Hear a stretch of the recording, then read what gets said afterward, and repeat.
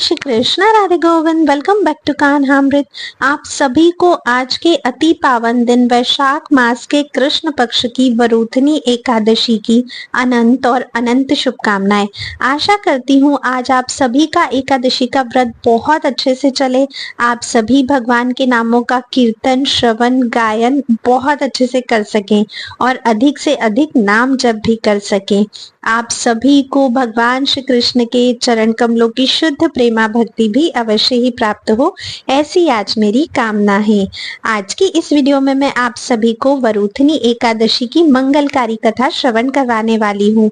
आप लोग इस कथा को संपूर्णतः श्रवण कीजिएगा, जिससे आपको आज के इस पवित्र और अति पावन दिन के महत्व को समझना है। क्योंकि जब भी हम कोई व्रत या त्योहार करते हैं, उसके महत्व को समझना, उसकी कथा सुनना, उसका महात्म सुनना अति फलकारी होता है।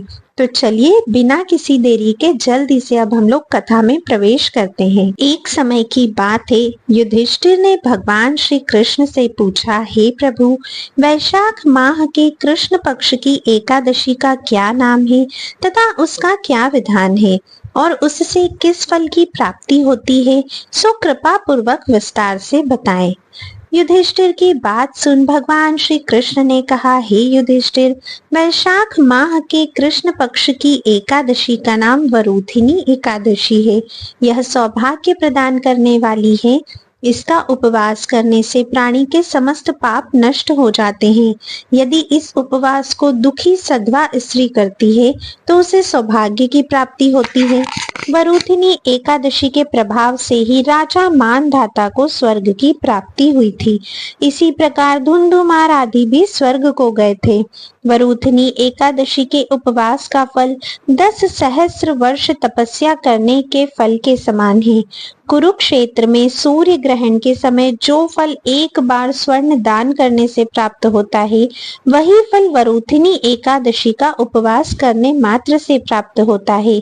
इस व्रत से प्राणी इस लोक और परलोक दोनों में सुख पाते हैं व अंत में स्वर्ग के भागी बनते हैं। हे राजन, इस एकादशी का उपवास करने से मनुष्य को इस लोक में सुख और परलोक में मुक्ति प्राप्त होती है। शास्त्रों में कहा गया है कि घोड़े के दान से हाथी का दान श्रेष्ठ है तथा हाथी के दान से भूमि का दान श्रेष्ठ है। इनमें श्रेष्ठ तिलों का दान है। तिल के दान से श्रेष्ठ है स्वर्ण का दान तथा स्वर्ण के दान से श्रेष्ठ है अन्न दान। संसार में अन्न दान से श्रेष्ठ कोई भी दान नहीं है। अन्न दान से पितृ, देवता, मनुष्य आदि सभी तृप्त हो जाते हैं। कन्या दान को शास्त्रों में अन्न दान के समान माना गया है।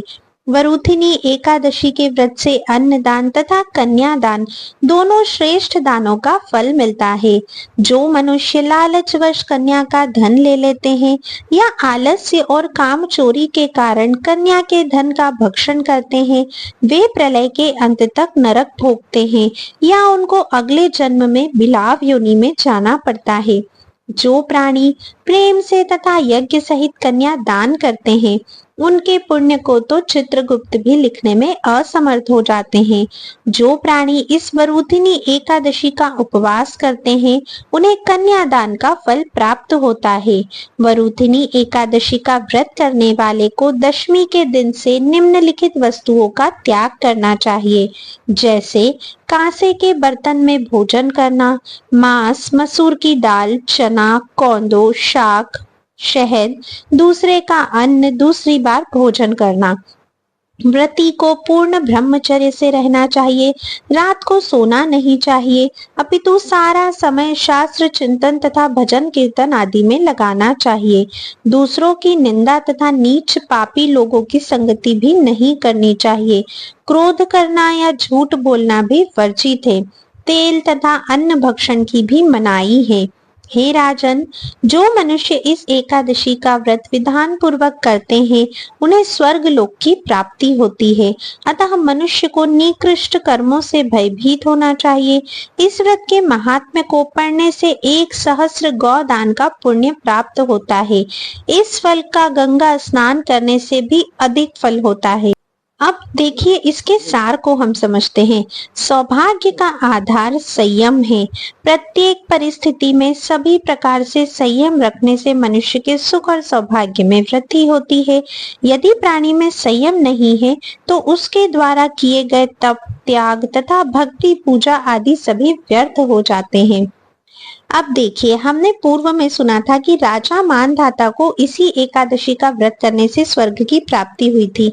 तो चलिए अब मैं आपको राजा मानधाता की कथा श्रवण करवाती हूँ कि किस प्रकार से उन्होंने स्वर्ग की प्राप्ति करी। तो देखिए विश्व पुराण के अनुसार एक समय राजा मानधाता नर्मदा नदी के तट पर स्थित अपने राज्य में धर्म और न्याय के साथ शासन कर रहे थे। ऐसा कहा जाता है कि वे अत्यंत दानशील, तपस्वी और विष्णु भक्त थे। एक बार वे राज्य के कार्यों से दूर होकर वन में तपस्या करने चले गए और तपस्या के समय जब वे गहन ध्यान में लीन थे तभी अचानक एक जंगली भालू आया और उनके पैरों को चबाने लगा।